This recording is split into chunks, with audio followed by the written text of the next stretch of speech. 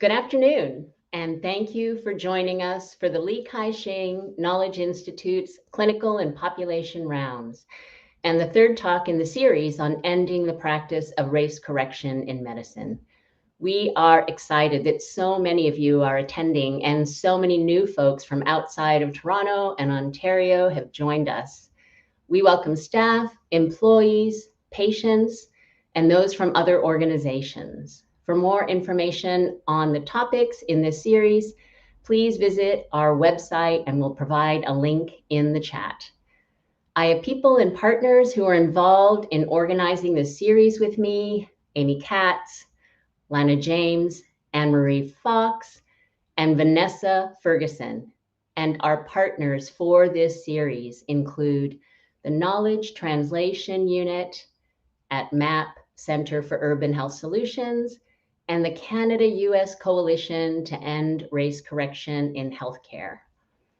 This week is a special week, not only because we're having this long anticipated talk, but this week we are celebrating the National Day for Truth and Reconciliation tomorrow on September 30th. This day honors the children who never returned home from attending Canadian residential schools and survivors of those schools, as well as their families and communities. And while it is one day of the year that we recognize the harms brought about by the colonization and our need to engage with reconciliation, we each should be working on our reconciliation journey all year round. On that note, I want to introduce myself and acknowledge the land. So please join me by putting both feet firmly on the land or the ground or wherever you may be. So I'm Pat Ocampo. I am a professor of public health and I hold a Canada Research Chair in Population Health Intervention Research. I am the Executive Director of the Li Kai-shing Knowledge Institute here at Unity. I am a descendant of a Japanese mother and a father who is Indigenous North American from south of the Canadian border. Here in Canada, I'm a guest on this land and am grateful to have the opportunity to work and live in Toronto, which is the traditional territory of the Haudenosaunee, Anishinaabe, Chippewa, and Wendat, and recognized most recently as the territory of the Mississaugas of the Credit First Nation. Acknowledging the land means acknowledging the hundreds of years of colonization of Indigenous peoples all across North America and Canada that continues through today. Indigenous peoples have experienced ongoing struggles and resistance as they seek to gain respect, recognition, and their rights in the face of ongoing powerful forces of colonization and white supremacy. Unity Health is a Catholic hospital, and therefore we must acknowledge the dominant role that Catholic organizations have had in the colonization process. Colonization across North America is also relevant to the topic for this series. Today's talk is about race, a topic that we can't seem to get right in research or in the practice of medicine.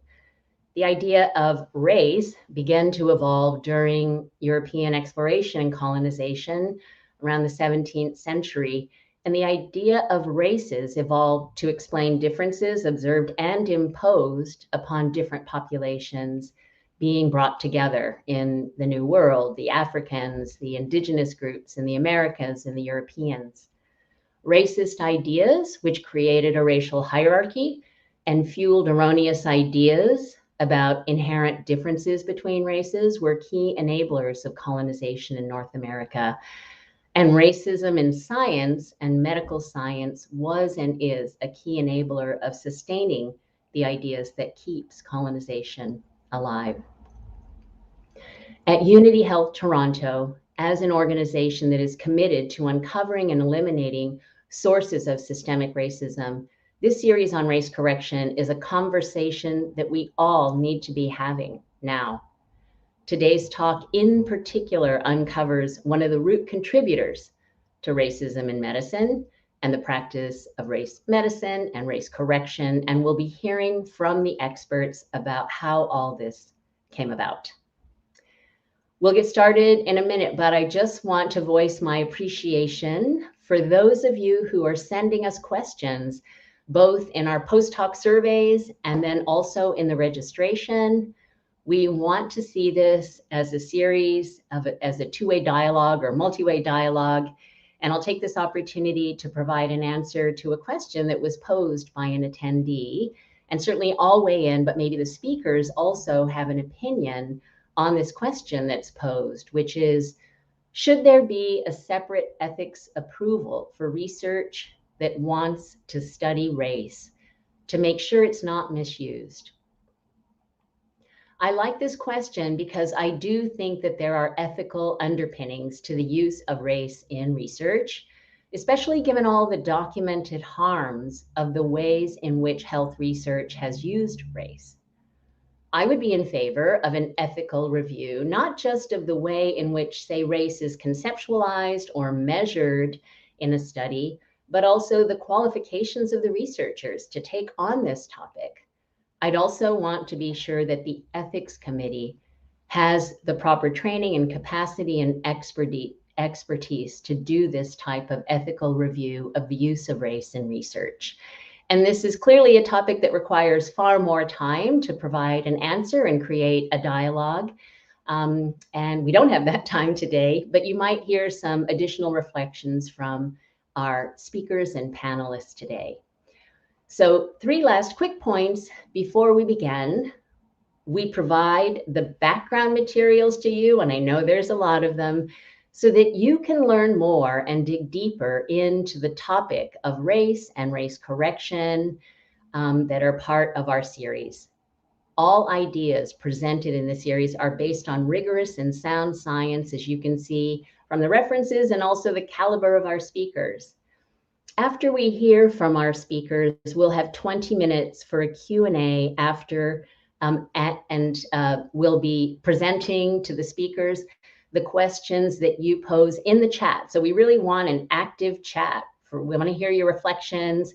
We want to hear your questions so that we can answer them during the Q&A session. So let me introduce our speakers then.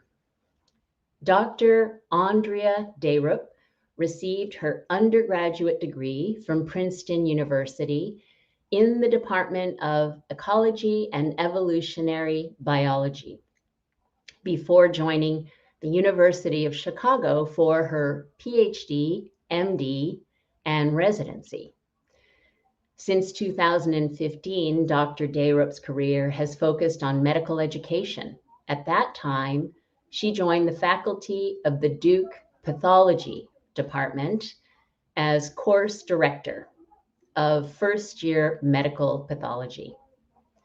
She served on the Undergraduate Medical Education Council for the Association of Pathology Chairs from 2020 to 2022 and participated in the 2020-2021 Duke Teaching for Equity Fellows and was a member of the Duke School of Medicine Health Professions Anti-Racism Task Force.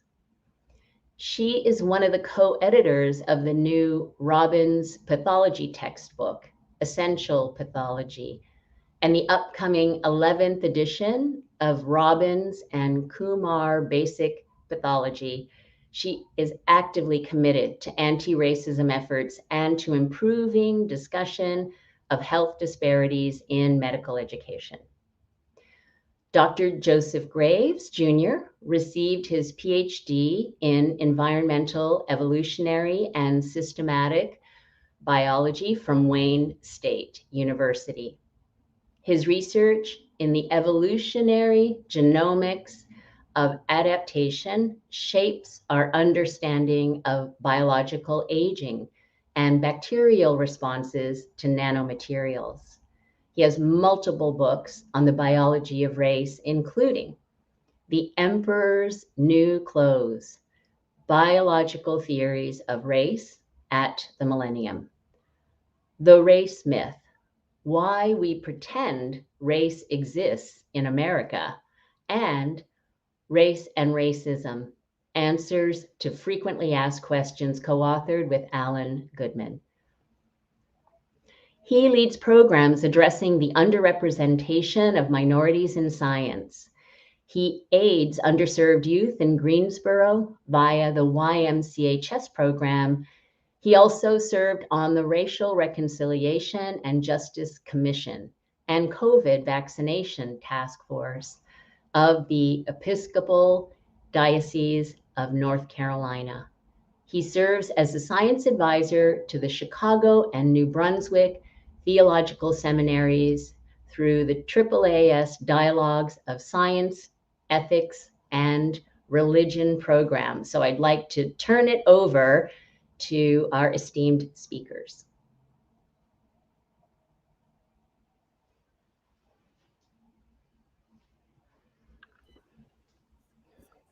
Thank you very much.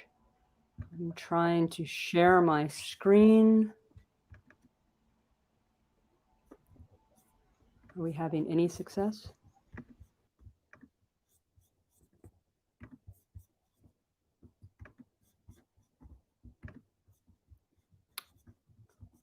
All right, there we go. Excellent. All right, thank you very much for that invitation. Dr. Graves and I are absolutely delighted to be here. I'd like to give you just a small amount of background. You may have noticed that the title has changed since the promotional material went out. Initially, it said nearly everything you learned in medical school about race is wrong. Typically, Dr. Graves and I present to physicians and physicians in training and medical students across the United States. In view of the breadth of this audience, which includes not only physicians and physicians in training, but also administrators, people who are engaged in activism, members of the community, we wanted to provide some background, which is what we do in our talk, because for many of us who are addressing race-based medicine, the evidence seems to us to be quite clear why we should not have race corrections in medicine, why we should not have race-based medicine. And it seems very obvious. So why isn't it possible to make these changes very easily? And part of the reason is that physicians for generations have been steeped in this tea of race-based medicine. So we're going to discuss how this happens and the impact that this has. So our objectives will be to discuss the impact of systemic racism in health professions curricula, to compare and contrast biological race and socially defined race, to evaluate disparities in the pathophysiology of disease, and to finish with an approach to addressing health disparities in health care. Now, I'm a pathologist and I'm a medical educator. And so when I want to see how race shows up in the curriculum, the entry point that I have is the textbook we use here at Duke, Robbins Basic Pathology. Now, you may be thinking, this is an American textbook and we're talking about the United States. This probably doesn't apply to Canada. But I will tell you that Robbins textbooks are used worldwide. I would not be surprised if this is the text that's used in medical schools throughout Canada. Furthermore, while I'm looking at Robbins Basic Pathology, what we're finding we see throughout all medical textbooks, from pediatrics to internal medicine, and throughout scientific journals. So we're going to enter through Robbins Basic Pathology because I'm a pathologist, and we'll see where that takes us. So the way that I looked at this was I did a search through the electronic book using terms like Caucasian, African, and Asian. And what I found was more than 35 diseases for which there was some sort of disparity, either in prognosis or prevalence, that was associated with socially defined race. Now let's take a look for how some of these diseases show up in the literature. So we see here some quotes from the 10th edition of Robbins Basic Pathology, linking African Americans with cardiac amyloidosis, the carrier frequency of cystic fibrosis in Caucasians, cholesterol gallstones in Native Americans, and adenocarcinomas of the lung with mutations in whites and in Asians. Now, for those of you who are not in medicine, you may be wondering why we have this focus on race. And these sentences were written with the best of intentions, with the idea that these epidemiologic data would help future physicians to develop a broad yet focused differential diagnosis, to order and interpret appropriate laboratory tests, and ultimately to design the optimal treatment for the patient. So these sentences were written with the best of intentions. But as we all know, it's not enough to simply say we have good intentions. We have to ask, are we causing harm? So are we causing harm? I believe we are, and there are three areas I'd like to look at. The first is one I call buzzword bingo, where we take very bright, very motivated medical students and we teach them simple word associations like white, cystic fibrosis, black, sickle cell disease. And we reinforce this through quizzes and exams and case vignettes, and ultimately through our licensing exams and our test prep materials to prepare them for those licensing exams. So let's take a look at a recommendation for preparation for what we call step 1 in the United States. This is the first exam for medical licensing. And this comes from a website from 2015 that is recommending to students who are preparing for this exam to be as racist as possible, to make associations like Black people have sarcoidosis, sickle cell disease, keloids, high blood pressure. And as you look over these, you can see that while the intention here is somewhat sarcastic and ironic, there is a lot of truth to what is tested on our board exams. So this is just one person's sort of ironic approach. Let's look at something a little bit more academic.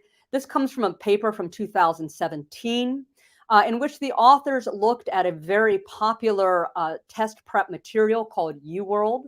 This is a resource that's used by over 400,000 students across the world, 250,000 of them in healthcare.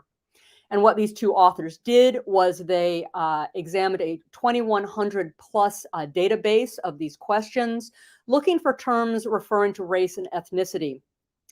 What they did was they further categorized these as to whether the description was, whether the use was simply descriptive, so it had nothing to do with a diagnosis, or whether knowing this race or ethnicity was going to help the student get to the correct answer.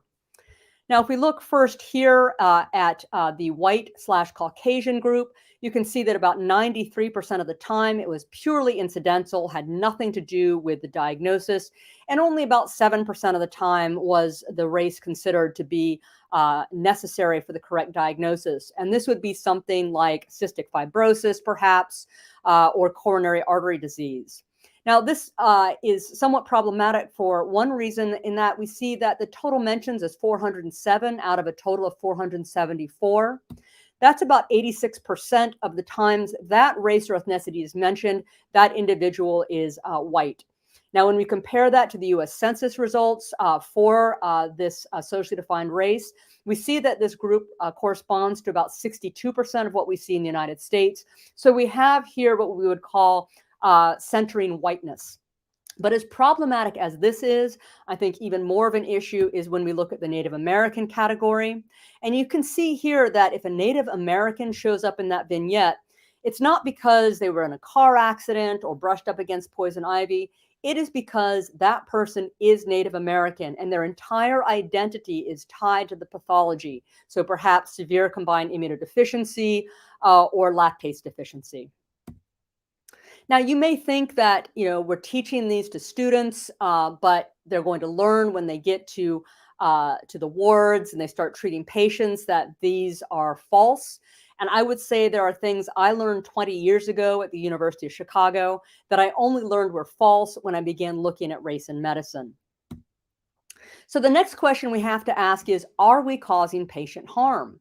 And again, I think we can be. So say a Native American woman presents to an acute care clinic with right upper quadrant pain, and the physician thinks, Native American, this must be gallstones, and doesn't think of ectopic pregnancy or acute appendicitis, either of which could kill the patient. Now, again, you may be saying this does not happen. We have checks and balances and algorithms. Here's an example from the literature of a patient who was not diagnosed with cystic fibrosis until she was 8 years old. Most infants with cystic fibrosis are diagnosed by the age of 2 months. This individual was only diagnosed despite presenting multiple times with suspicious symptoms.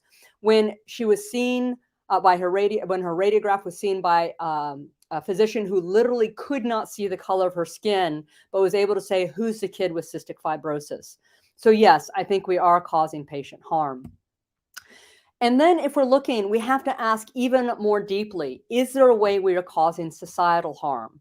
Is there a way, for example, that we are elevating one population and putting another population down, saying bad genes, risky behavior, non-compliant?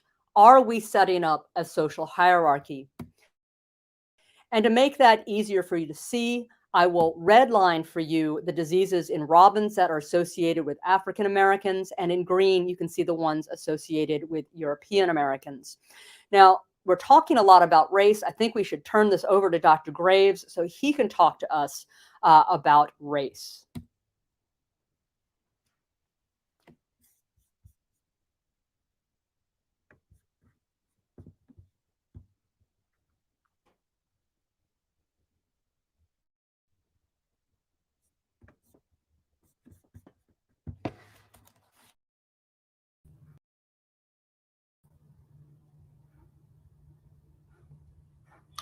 So, in modern biology, races are defined by two criteria: the amount of genetic variation within and between groups, and whether any group can be considered a phylogenetically or evolutionary unique lineage.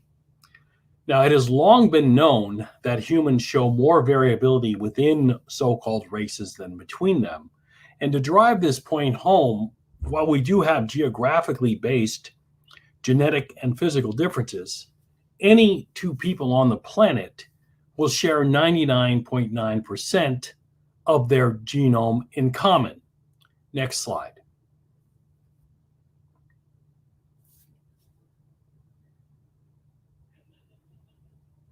Furthermore, this allows us to recognize that biological race does not exist in modern humans. And again, to drive this point home, if I were to choose a European and an African at random, and I were to choose two Africans at random, it turns out that two Africans are more likely to be further apart genetically than the African and European are.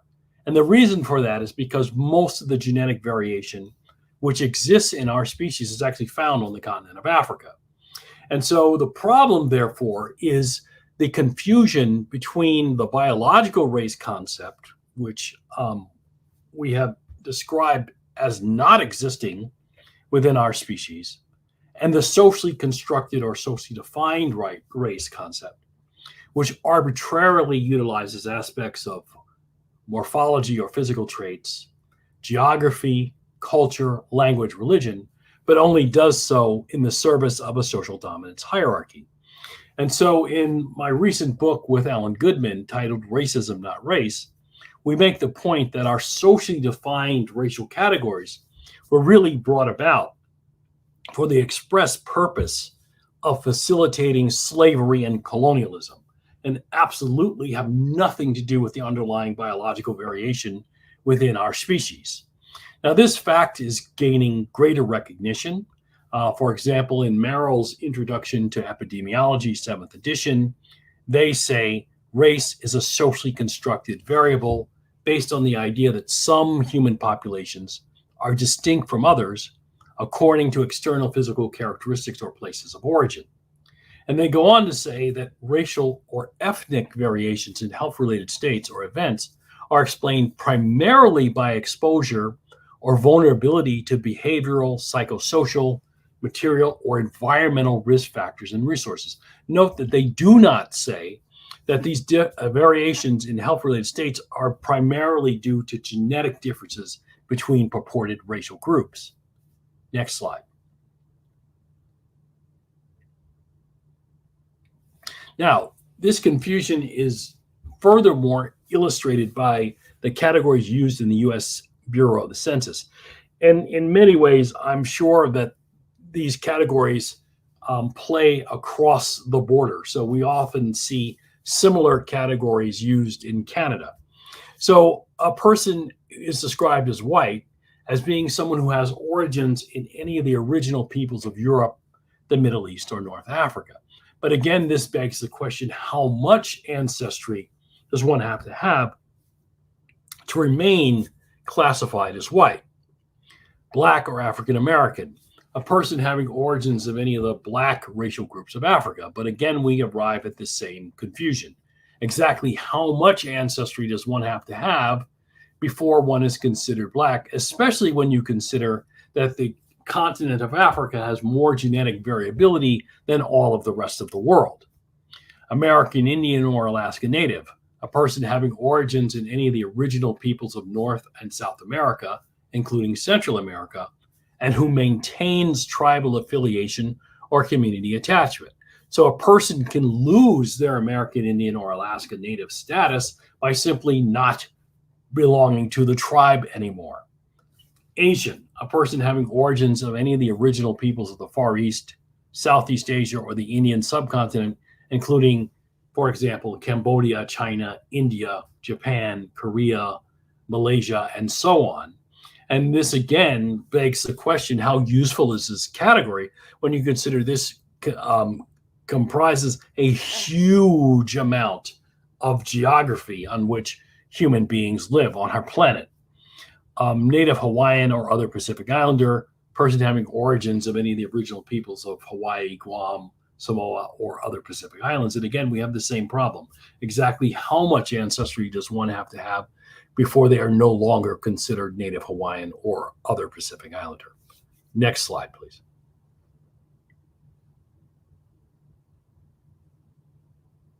Me?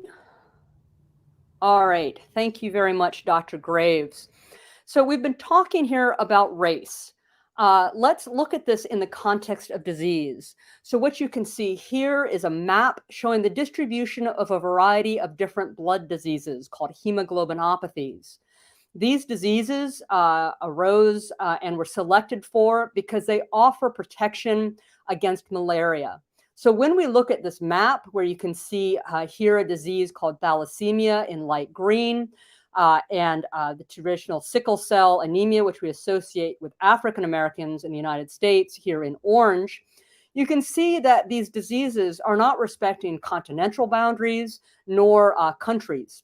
And I think what really brings this home, the fact that what is driving this is not some sort of socially defined race, but mosquitoes, is that you can see this area in Africa where there are none of these blood diseases.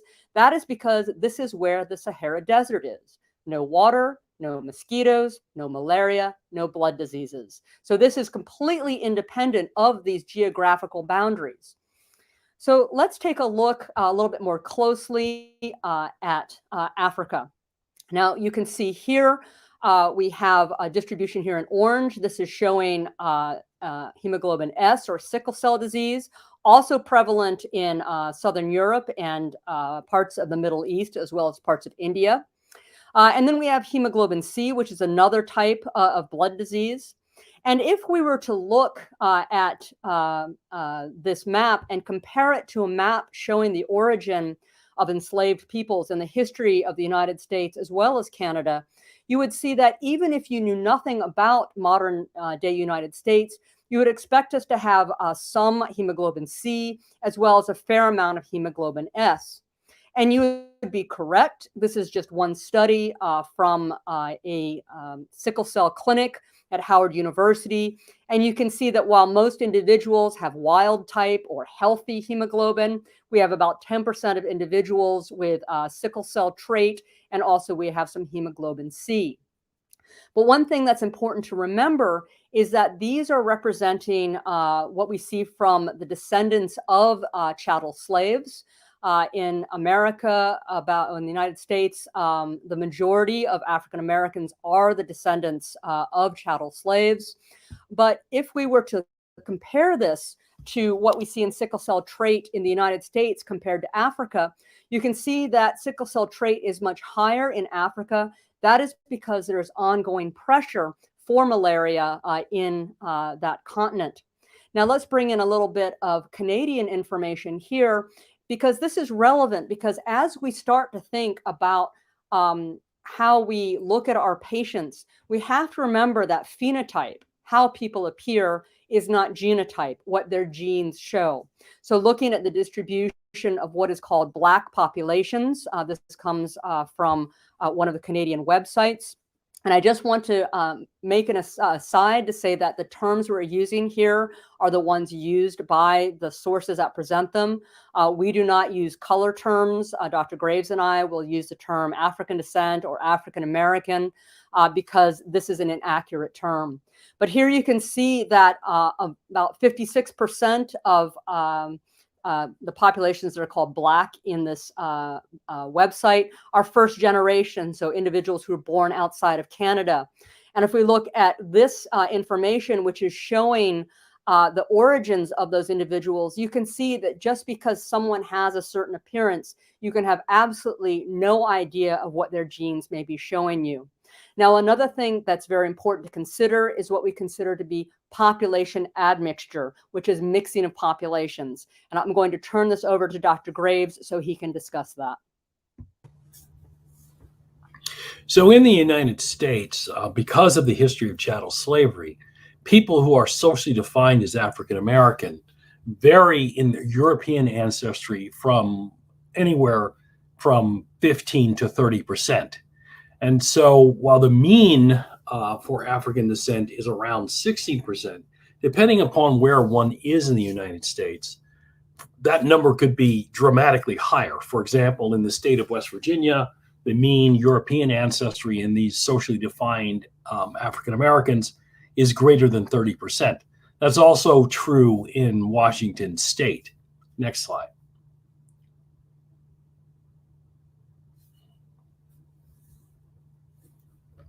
Now, if we consider people who are defined as Latino in the United States, this situation is even more complicated because the Latin population is made up of a tri-admixture of persons of European, Amerindian, and African ancestry. And the mean European ancestry in persons defined as Latinos or Hispanic is between 65 to 85% European. But again, this can differ dramatically depending upon the country of origin. Next slide. For example, on the island of Puerto Rico, the average European ancestry is around 72%. The average Amerindian ancestry is around 16%, and the average African ancestry is around 12%. But if we look at Mexican Americans, who are the largest Hispanic group in the United States, they are 51% Amerindian by ancestry and only 46% European, with only a small percentage of African ancestry. But if we went to the country of Peru, those individuals are 80% Amerindian ancestry and only about 18% European, with a small amount of African ancestry. Now, if we go to the country of Colombia, if we look at the national average, it's 64% European, 29% Amerindian, and 7% African. But within the nation of Colombia, next slide, depending upon where an individual comes from, if you come from, for example, the city of Medellin, your genetic profile resembles that of the nation. But if you come from the neighboring state of Chocó, which was a site of plantation agriculture, these individuals have an African ancestry very similar to that of African Americans, with a larger amount of Amerindian ancestry than we would see in African Americans. But the key point here is, to these people in Colombia, they all see themselves as Colombian. So if they came to the United States, if you were to start calling them Black or white, they would have no understanding of what you mean by that. And so the point that I want to make here is that these social definitions of race are both historically contextual, but they're also culturally contextual based upon where the individuals come from and what definitions of race were utilized in that nation. Next slide. All right. All right. Thank you very much. I think that we can all see, I hope we can all see at this point, that race is not a biologically useful construct. So why are there racial disparities in health and disease? So there are some things that we would consider to be intrinsic causes of disparities, so genetic causes. So these may be something like selective advantage, like we saw in the case of the blood diseases that protect against malaria. But this is geographical. It is not based on race. We could have a founder effect or a population bottleneck. That accounts for severe combined immunodeficiency in the Navajo and Jicarilla Apache populations in the United States because of the genocide in our country's history. But again, this is populations, not races. And finally, we have endogamy, which means marriage within, more specifically, breeding within one's particular group, which can be based on religion or caste or geography. But again, these are populations, not races. Now, these genetic causes of disparities, although they're the focus of a huge amount of energy and research and money, are very, very small contribution to the disparities we see in disease. And I want to use a quote here from a paper from the New England Journal of Medicine that highlights the fact that variation across humans is continuous and discordant with race. Systemic variation according to continent is very limited, and there is no evidence that the units of interest for medical genetics correspond to what we call races. Now, we know this, but we also are aware of the fact that there are huge health disparities across socially defined races.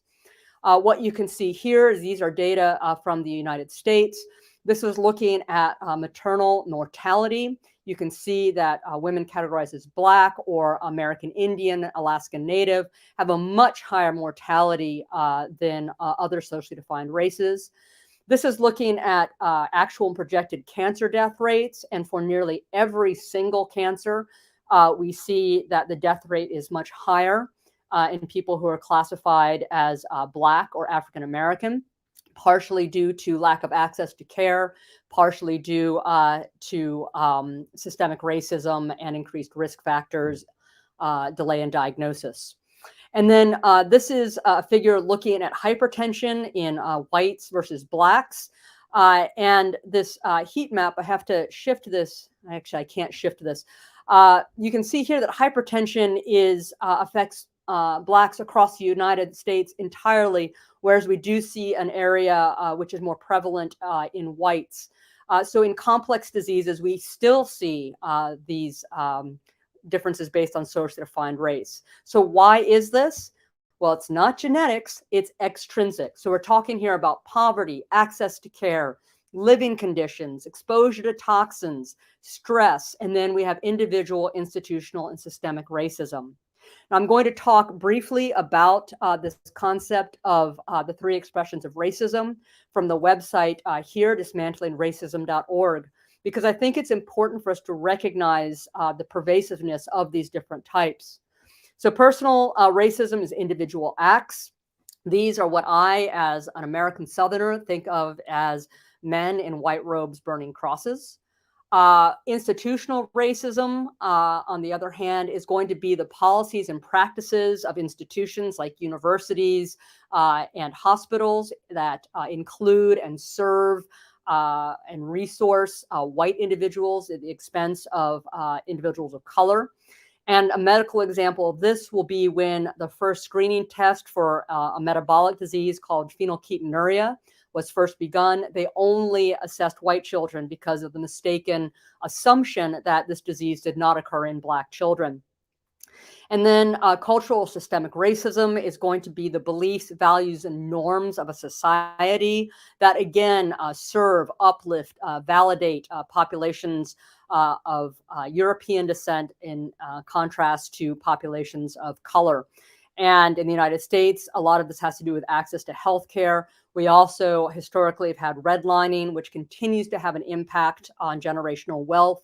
This is where the government made it more difficult for individuals in neighborhoods of color to get access to funding. So let's take a look at these extrinsic causes in relationship to health and disease. This is a quotation from a resource called Up to Date, which is used by physicians on a hourly basis to learn more about disease. And in this, the statement is referring to hysterectomy, which is removal of the uterus. There are two general approaches. One is through a fairly large abdominal incision to remove the uterus. When this occurs, there's a lengthy recuperation time, and individuals cannot lift heavy objects for quite some time. There is another type of technique called a minimally invasive technique, which can be either laparoscopic or transvaginal. And this has a much easier recovery period. And they found that when looking at patients who are eligible for either type of hysterectomy, if they were Black, Hispanic, or publicly insured, which is to say on Medicare or Medicaid, on Medicaid in the United States, they were less likely to receive an minimally invasive technique. So you have individuals who are already marginalized, who may be working in frontline positions, having to lift heavy objects, probably don't have abundant sick days, who are being further pushed down. And the factors that play a role in this would be systemic racism, because with the link to public insurance, institutional racism, because the hospitals that served these individuals had fewer surgeons who did minimally invasive techniques, and then poverty, education, access to care, and health insurance.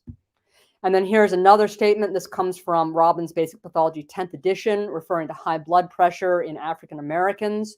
And we would say that all of these factors come to bear. And we say that because there is no slavery gene which causes hypertension in African Americans. It has to do with all of these extrinsic factors. So having this awareness of the impact of these extrinsic causes and of the dangers of race-based medicine, what do we do? So our approach has been a thoughtful and mindful analysis of the material driven by data, looking at being inclusive and providing context. So let's begin here with the concept of data-driven. Is it even true? So this is a sentence from the 10th edition of Robbins' Basic Pathology, referring to something called a keloid, which you can see here on the left is a person with pigmented skin with these large scars and growths, these exuberant growths that occurred in an area of trauma. Less commonly, you will see these depicted in lightly pigmented skin. So this is the sentence that was in the textbook, emphasizing that they are associated with individuals of African descent. So I emailed the editor of that chapter and recommended that he remove this. And his response was to cite that resource Up to Date, saying that keloids have been reported in 5 to 16% of individuals of Hispanic and African ancestry. Now, I've done a lot of reading on keloids, and so I had actually read this reference number 5, and we'll get to that to the 16% in a moment. But one of the things I noticed in this article by Robles and Bird was that it says here that the risk of developing keloids is about 15 times higher in dark-skinned individuals compared with whites. Now, the reason this caught my eye is because 15 times is a very large number, certainly would seem to be statistically significant. But also it caught my eye because I saw it in multiple, let me switch this here, multiple papers. So you can see here are 4 in which it was cited. I believe this is the index paper because it was the first time I saw that statistic. Let's see what we see in this paper. Here we see in a review of 175 cases of keloids from various races, the authors found that keloids were 15 times more likely to occur in darker skinned individuals. So let's actually look at this paper by these 2 authors. It was performed in Malaysia, which is why we're looking at Chinese, Indians, and Malays. And what the authors actually say is that the relatively fair-skinned Chinese appear to be slightly more prone than the dark-skinned Indians and Malays. So not only is the math wrong, so the magnitude is 2 to 3 as opposed to 15, but the arrow is pointing in the wrong direction. So now let's take a look back at what brought us here in the first place, that 16%. So doing a deep dive into the literature, I went through multiple publications to find it. That number comes from a paper from May 17th, 1931. This article is in French, so if you can't, well, actually, you should be able to read it since we're in Toronto.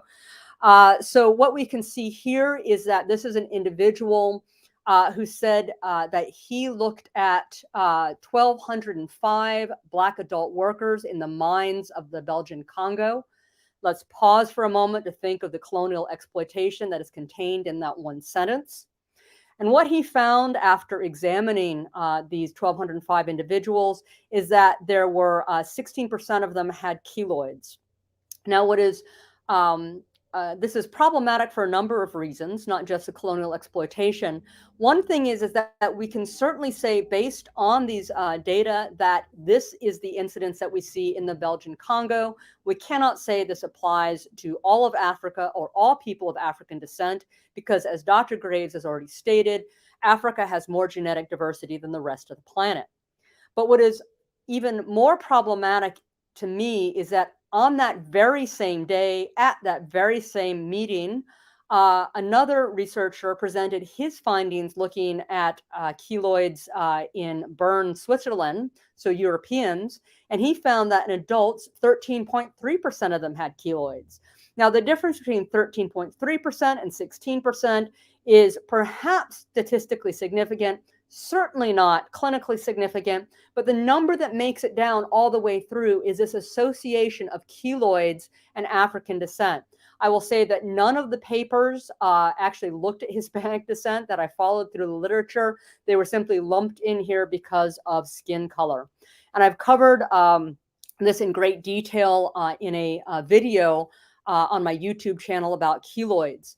Now, this is relevant because this video has been shared quite widely. Based on the information in that video, the editor for the next edition of Robbins agreed to change the sentence to "it seems to be an individual predisposition."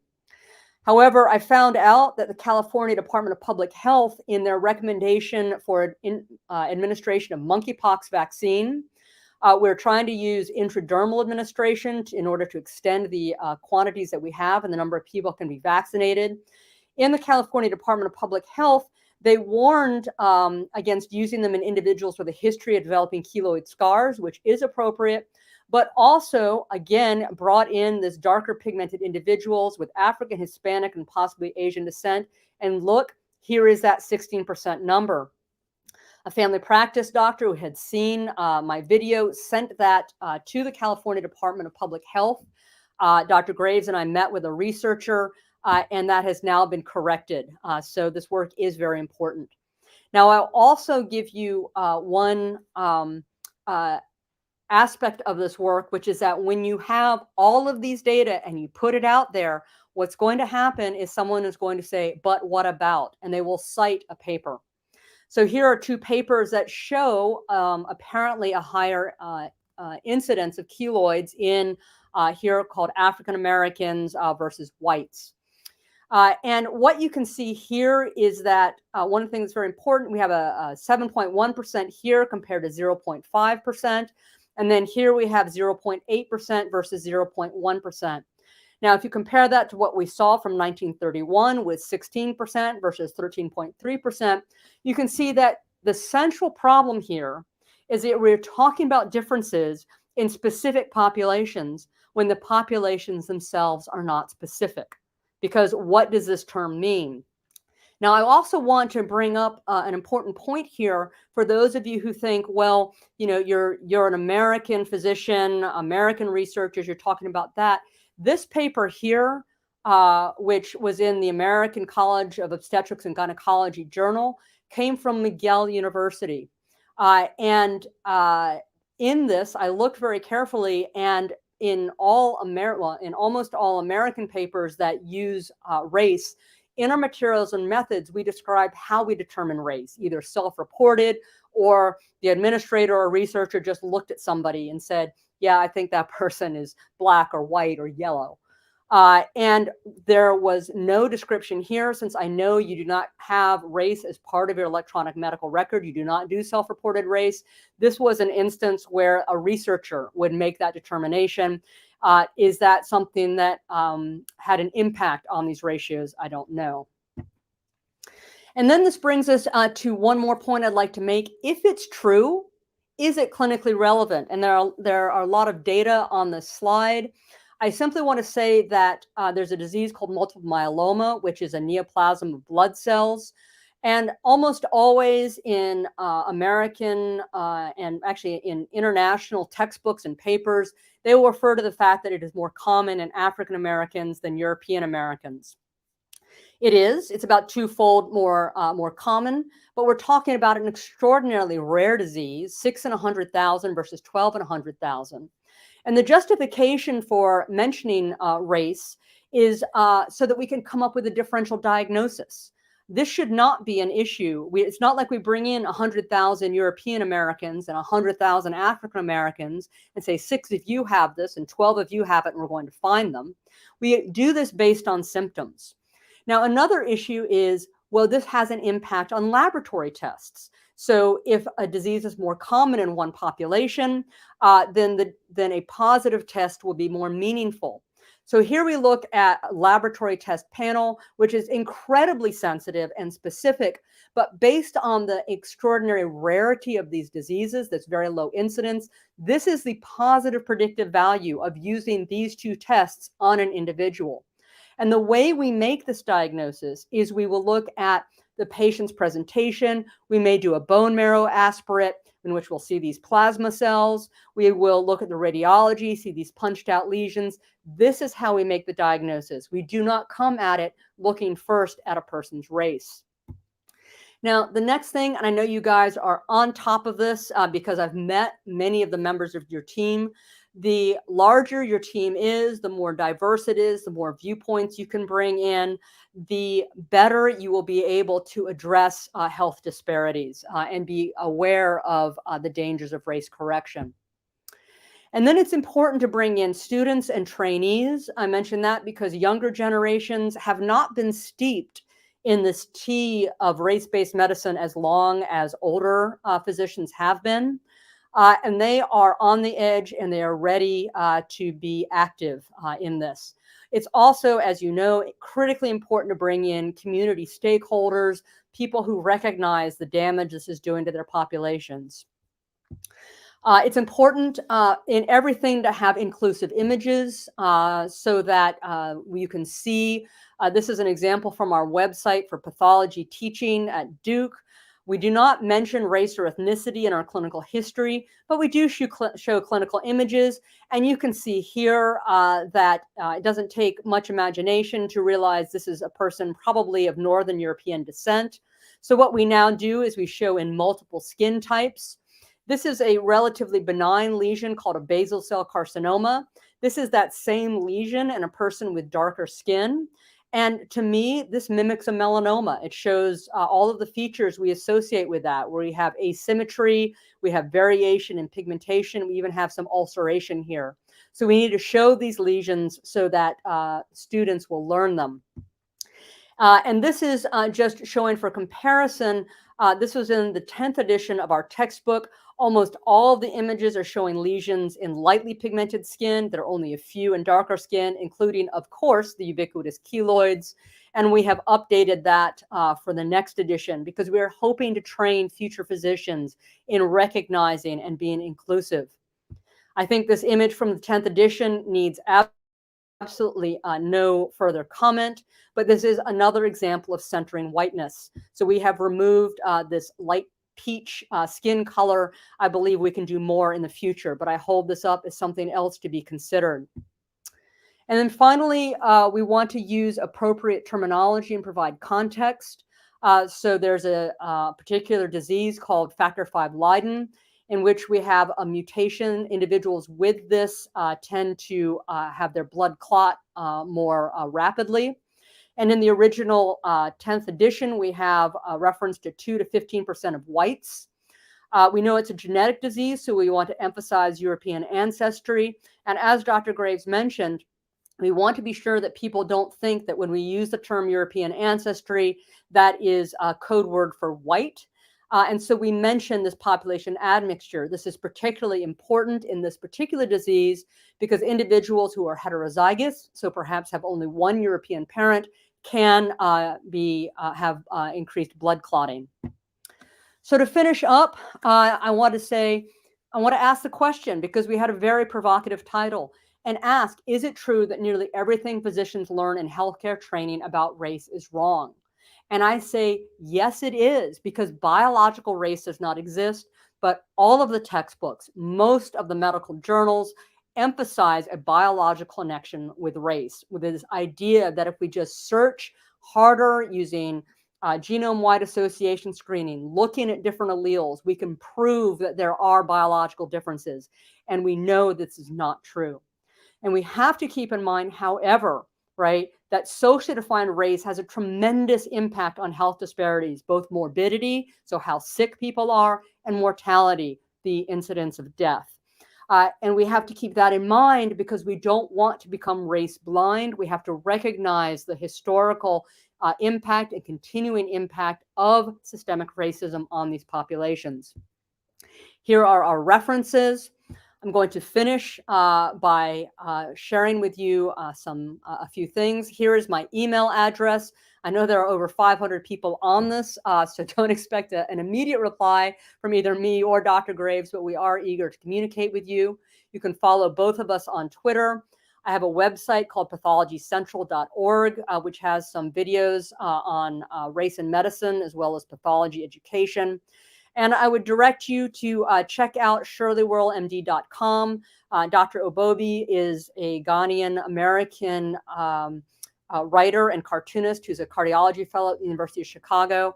And I find that her work really incisively and insightfully communicates many of the issues about race. So with that, I will stop sharing and we will take any questions. Thank you so much, Dr. Deyrup and Dr. Graves. Such rich material that you presented. I'm so glad that we recorded because I think I'm going to have to go back and look at parts of it. But before we get to the Q&A, I really want to bring up our last panelist speaker, Lana James, who is the co-chair of the Canada-US Coalition to End Race Correction and the inaugural AI Medicine and Data Justice Postdoctoral Fellow at Queen's University. Her research illuminates how technology can undermine or bolster human rights in the context of clinical care, rehabilitation, science, and public health. Lana's interdisciplinary and applied approach is designed to critically appraise current applications of technology while developing and implementing interventions that seed new ethical futures. So I'm going to ask Lana to please join us.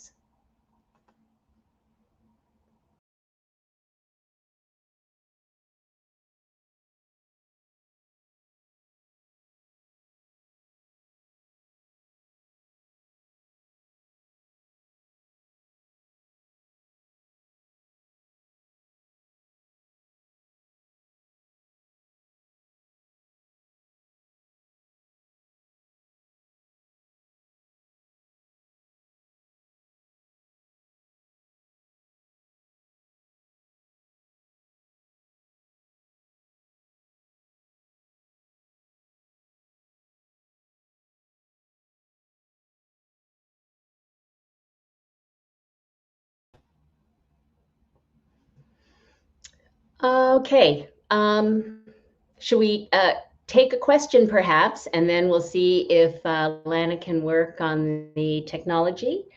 All right, so we got a really great question. I think it gets to kind of the heart of what you were talking about, Doctors Deyrup and Graves.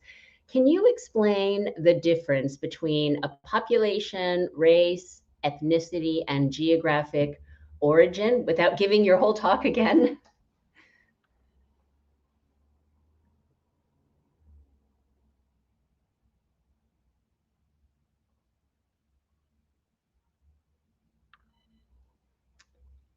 Are we able to bring the speakers back? Oh, great. Okay, can you hear me now? Yes, can hear you for sure. Okay, so if we're talking about what a population represents in population genetics, it's a group of individuals who have a high probability, and again, this is with regard to genetics.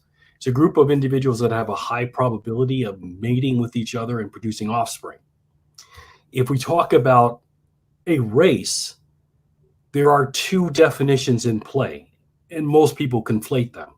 There is the biological definition of race, which I pointed out has to do with the amount of genetic variation within and between groups, as well as whether groups can be considered unique evolutionary lineages. Those things don't exist in our species, anatomically modern humans. Then there is the social definition of race, which is arbitrary, historical, and culturally contextual. And so those do exist. And because they are in relationship to power, they have profound influences on an individual's probability of life, disease, and death. Ethnicity is defined by a number of characteristics, including culture, language, religion, national origin. And geographic origin has to do with adaptations that occurred within populations after their initial migration out of Africa. So the first thing everyone needs to know is that everyone on this planet is descended from the original humans who lived in Africa. And that was 300,000 years ago. After about 100,000 years ago, people began to migrate out of Africa. And along that migratory path, they picked up regional adaptations, which were, in fact, extremely small, which is why all human beings share 99.9% of their genome in common. But of that 0.1%, there still is evidence demonstrating where individuals acquired those mutations. And we can trace that using all sorts of genetic ancestry testing methods. So I hope that answers the question. Thank you, Dr. Graves. I want to jump in with I am not an I do have evolutionary biology background, but just a general physician's approach to it. I use the term population to mean a group of people. I'm not specifically referring to whether or not they may or may not mate. I might say, population in this area. Perhaps that's understood. When we talk, the terms that we use, you may have heard us using terms that are not as familiar, like European American. We're all familiar with the term African American. What we have used in the literature has been the pseudoscientific term Caucasian, which is from the 18th century, so we do not use that. We use European American to refer to socially defined race, what is often referred to as white. So European American, Asian American, African American, so we have parallel. We refer to descent specifically in our textbook when we are referring to issues that are genetic. So we will refer to cystic fibrosis is seen in 1 in 20 individuals of European descent. We're not going to use European American because that is a socially defined race where we look at the impact of racism and environmental factors on a group. Okay, thank you very much. So maybe I will move to the next question, which is, given that you claim that everything physicians learned in medical school is wrong, are there examples of revamped medical school curricula or continuing education that are in place or being piloted right now that don't promote this idea of biological race? If I can take this, Dr. Graves. So I would say that across the United States, we are seeing this awareness growing, but it's very challenging and threatening for educators to speak about race, because very few physician educators feel comfortable talking about race.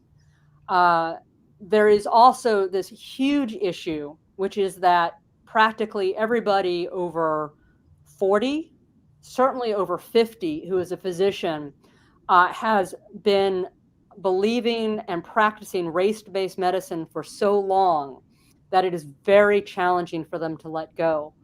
And as an example of that, I would say that for this textbook, Robbins' Basic Pathology, there are 4 editors, myself, and 3 men. We brought on Dr. Graves as an expert on race in medicine with evolutionary biology to understand the biology of racial variation, human variation. And even with the 2 of us pushing as hard as we could, there are still about 10 diseases associated with socially defined race in that textbook. And this was a hard-fought battle that went on for months and months. We peppered each other with papers like opposing counsel and a class action lawsuit, and we were unable to shift. And so it is coming. There's a lot of trepidation and uncertainty because race is very difficult to talk about. And very many of us feel uncomfortable discussing it, feel anxious, and there's the concern of what if I say the wrong thing? Because in the United States, a good way to get fired is to say something that is seen as racist. Because there is such a strong popular response to that. So people are very afraid. And I just say to all of my colleagues you have to be uncomfortable to do this. You have to take risks. And if you are vulnerable and transparent and humble, then we can move forward together. We cannot come at this from a position of white supremacy, but from a position of curiosity. And I recognize the part that my ancestors and my history have played in white supremacy. I want to help in whatever way I can to improve this. And if I can add Thank you, Dr. Deyrup. if I can add to that.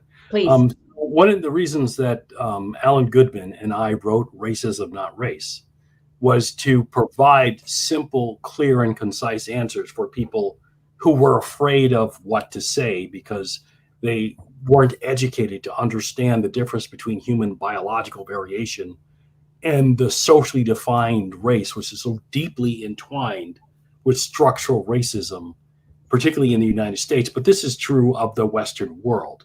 And so another part of this issue is questions of power. And unfortunately, racial medicine doesn't harm persons of European descent as much as it harms people who are socially defined as Black, brown, and other. And those are the people who dominate medical schools, medical curriculums, insurance companies, banks, and so forth. And so their incentive to address how racial concepts play a role in structural racism, unfortunately, is much, much less than those of us who have been the victims of racism. And so while we are making progress, we still have a lot of work to do because, as Dr. Deyrup said, until you are willing to accept that white supremacy and structural racism are real and still operating and causing injustice, it's much more difficult to make these changes. Thank you. I think the technology challenge has been resolved. So let's see if we can bring Lana back, please.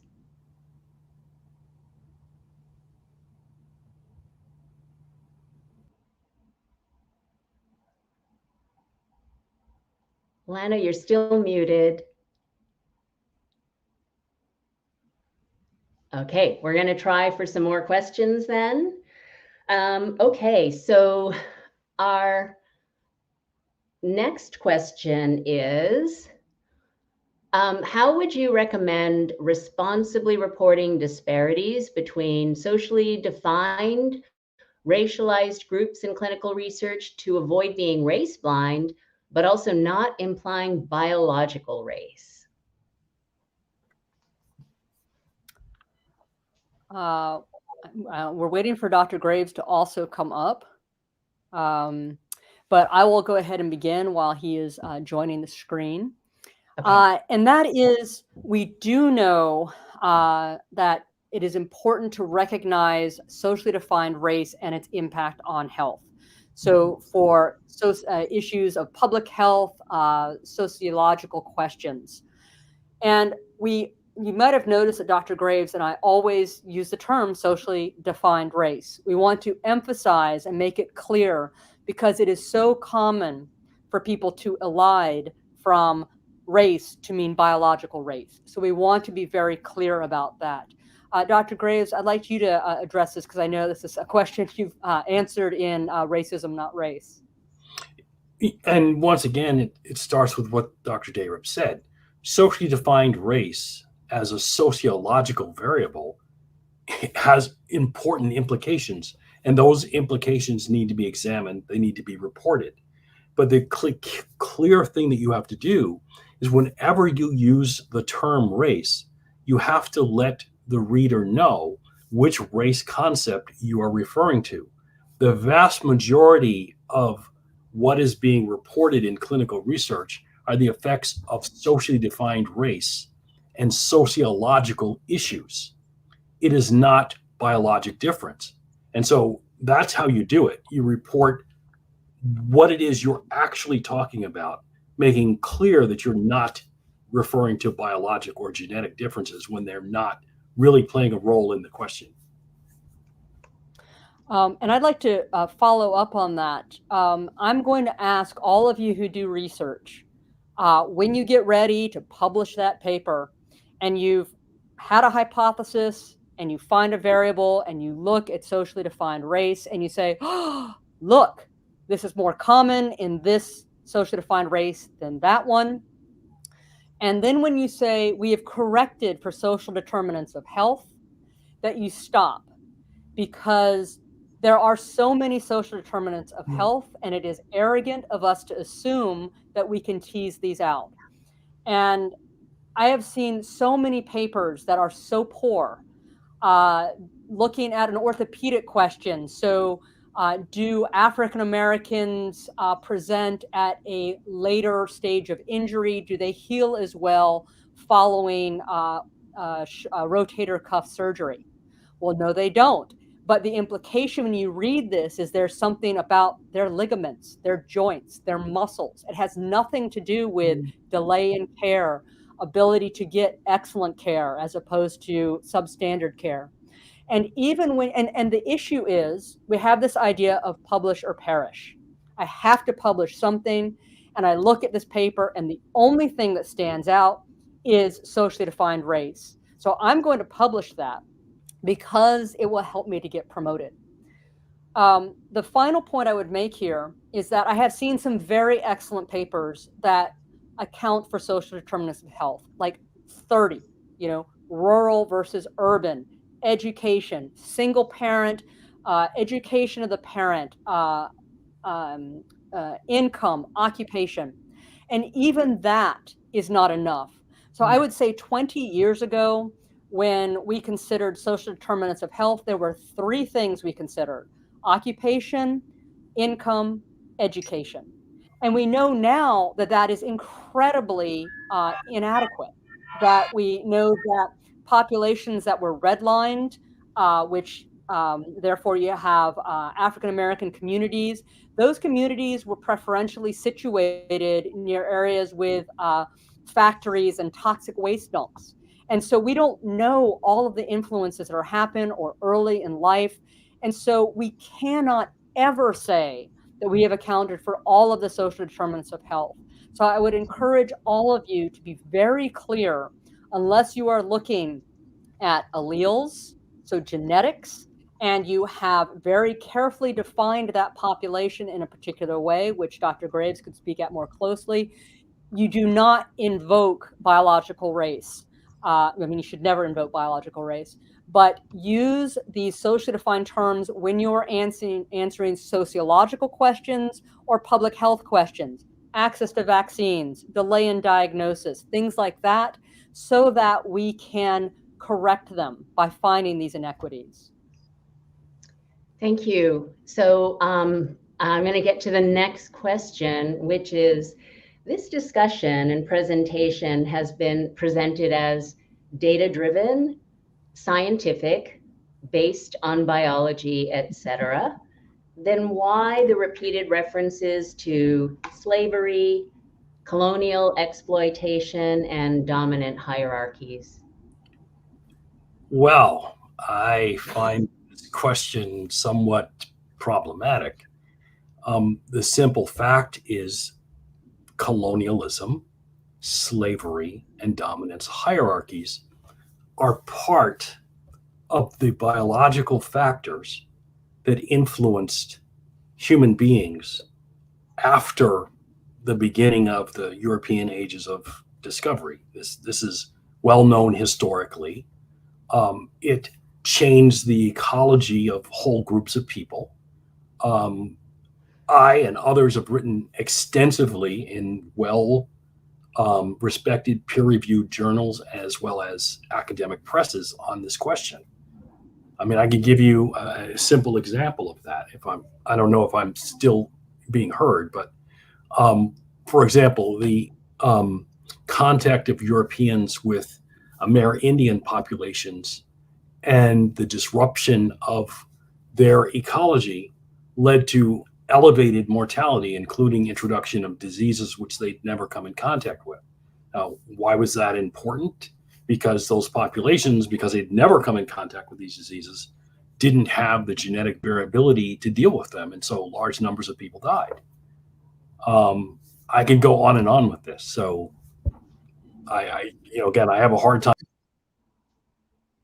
Okay, Oh dear. so we've lost Dr. Graves for a moment, but I'm going to add in. So Dr. Graves mentioned colonialism, the impact on Native Americans with exposure to diseases.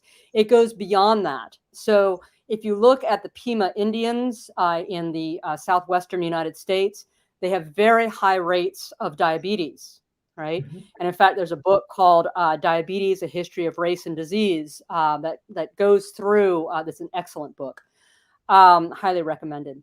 So this population is used to say American Indians have very high rates of diabetes. If you look at a very genetically similar branch of the Pima Indians who are in Mexico, they do not have these same rates of diabetes. And the reason is that the Pima Indians in the United States were put on reservations. They were given processed foods that were not part of their typical diet. They no longer were able to forage and to exercise in the way they had. So they developed diabetes, environment having a huge impact on whatever genetic background they had. By contrast, the Pima Indians in Mexico maintain their similar lifestyle and do not have the similar increase. So colonialism is a data-driven response in this particular context. Thank you, Dr. Deyrup. Okay, let's hope that third time is a charm. We are going to try and bring Lana back. Hello. Are we working right now? Yes, yes, perfect. okay. Perfect. Wonderful. I just want to say thanks again, Dr. Deyrup and Dr. Graves, for your amazing answers and for your patience. It's an important opportunity for all of us to have you here with us and to be able to answer these questions so thoroughly. Often in the Canadian context, one of the unfortunate things is there's bits and pieces of knowledge, but we often lack the expertise that the both of you demonstrate. And in that way, I'm deeply appreciative. I also wanted to point out that in the work of the Canada-US Coalition to End Race Correction in Healthcare, one of our primary goals is to make sure that we bring you the top experts in the area who have done the work for decades at a very data-driven level. Because the nature of race correction, the nature of race medicine has serious and long-term impacts, not just on individuals, as you've heard, whole families, communities, and population level outcomes. There's a few questions that have come up from prior talks, and I'll wait for Dr. Pat Ocampo to ask those. But I also wanted to point out that when it comes to questions, the questions that we do not answer during this talk, we will parse and answer through frequently asked questions, outtakes, as well as during the continuing medical education credits and the continuing professional development credits that are available to physicians. And we will provide opportunities for health professionals as well. So there are a mix of questions. Some of them require more in-depth answer and time. So if your question is not answered today, have patience. We will make sure we get through it, because we want to make sure we have an educated populace and that you have the right answers for the right questions. You can go ahead. Okay. Thank you. Yeah. Great. So thank you. It's really great to have you with us and to have you in the mix answering some questions. So some questions that were posed last time by people who attended a conference. One is, is there a guideline on how research proposals that include race as a confounder should be dealt with? Well, I'm really glad to hear that question because we've been working on that answer for some time, an in-depth, data-driven, thorough way. And with regards to the question of, is there a guideline? Yes, and the wonderful part of that is we are finishing up our last set of consultations with both clinicians and community members and the spectrum in between, and that's called the Research Evaluation Data Ethics Protocol and Guideline. It will provide everyone, both in clinical care and research, with some clear direction on how to address these questions. Because one of the concerns, and we've seen this time and time again with both research and attempts to do implementation science and the range in between, where race is treated, as we've heard, inappropriately by Dr. Andrea Deyrup and Dr. Joseph Graves. And one of the key things we want to make sure is that we are not simply feeding publications in, but we're feeding in publications that really assist people with getting the right answers. So yes, it is coming. And if you stay tuned, please subscribe to the End Race Correction website so that you can receive an email when it does go live. Otherwise, it might take a minute for you to find it. So thank you. I also want to underscore what Dr. Deyrup also just recently talked about in terms of our inability to really fully correct for socioeconomic. So Lana, there was a question about curricula, and we did receive an answer, but I actually think you probably could weigh in, especially thinking about the Canadian context and medical school curricula and what's changing, even including whether medical students can advocate for change in the Canadian curricula around this issue of race. Can you please share your experiences and perspectives? Yes, gladly. We work in partnership at the Canada-US Coalition to End Race Correction in Healthcare and Race Medicine. And so we began that process of doing an overview of the medical curricula across Canada through the 17 medical schools. And we've also gotten in the first set of findings. We did that process a bit earlier as well. And so currently there is a process underway, and we are bringing together our medical educator stakeholders, for the lack of a better term, in regards to identifying the sites and the places in which changes need to be made. We've also been having ongoing conversations about that, and that links back to that continuing medical education and CPD credits I talked about for those that are already practicing. And the pieces I just spoke about are with regards to folks that are currently or going to be going into medical school. So that work has been well underway for some time now, and we'll be looking for the fruits of that over the next coming months. And of course, it will be staged in because there's a lot of ground to cover, and it took a couple of years to get that work done. With regard to the second part of your question around how might medical students participate, they already are. They were some of the first ones who began that work.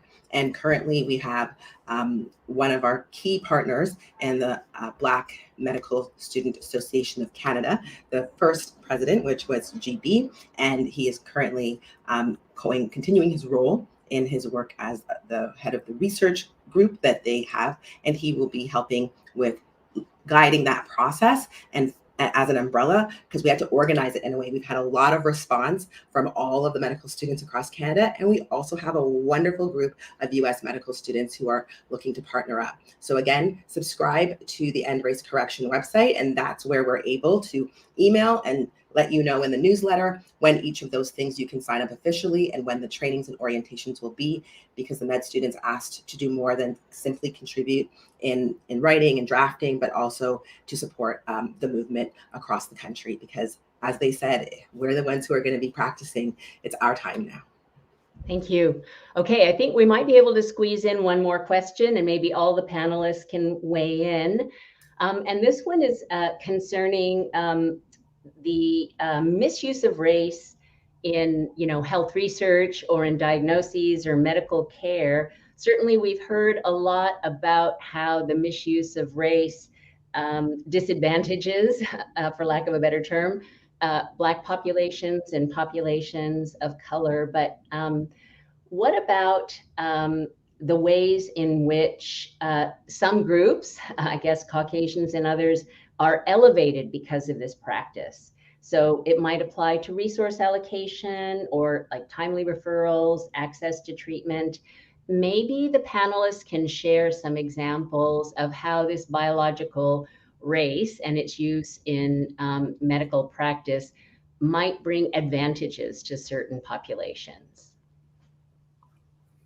I can leap in on this one first with just a quick example, and that would be cystic fibrosis. So cystic fibrosis is very closely associated with Northern European descent. And in fact, 94% of the individuals in the United States who have cystic fibrosis are of European descent. However, what that means is that 6% of them are not.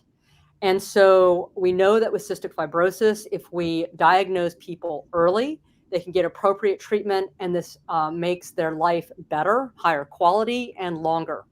If we have a delay in diagnosis, then they have more disease and they don't live as long.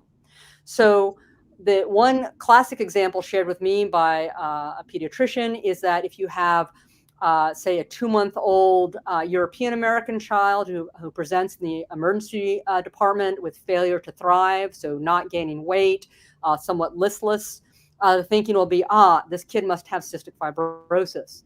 If that child is African-American, they will think, it's neglect. The parents are not taking good care of their child. The other issue is that we do screening for cystic fibrosis.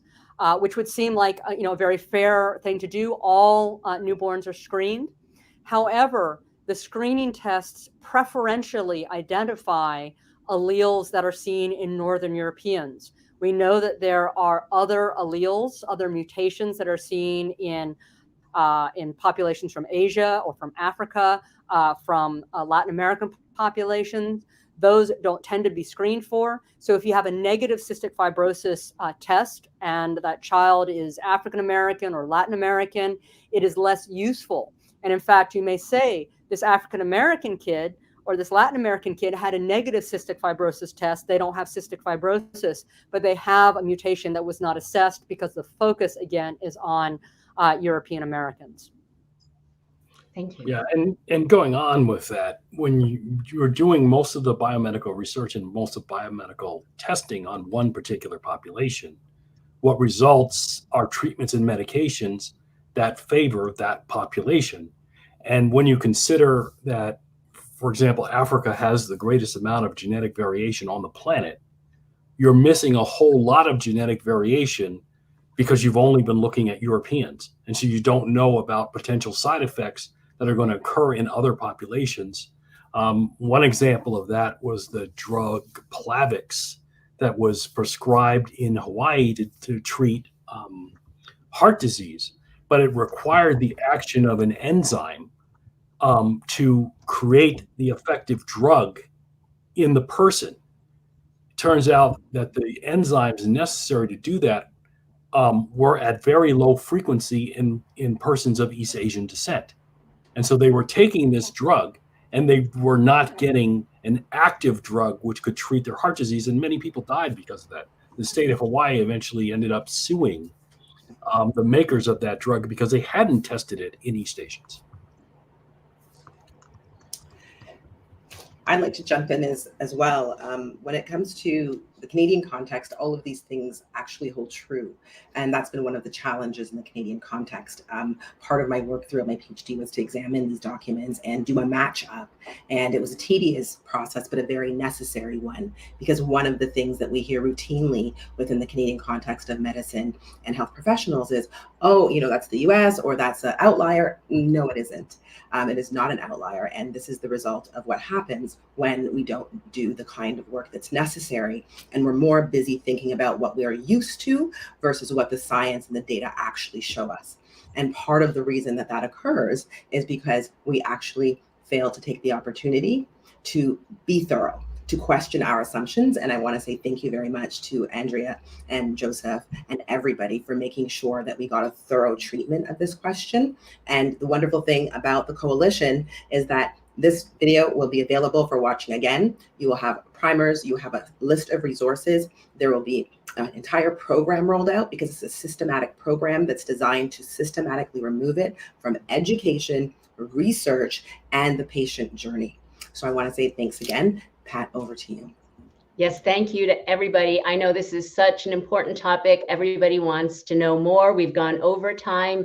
Thank you to the ASL interpreters. I know that some of the terminology is quite challenging and we were talking fast to keep time. Thank you, amazing. Thank you to Drs. Deyrup and Graves for taking the time to be with us today and answering all of our tough questions. And thank you, Lana, always for making sure that we understand the Canadian context and the importance of ending race medicine and race correction. Can't wait to see you all at our next talk in November. Thank you so much.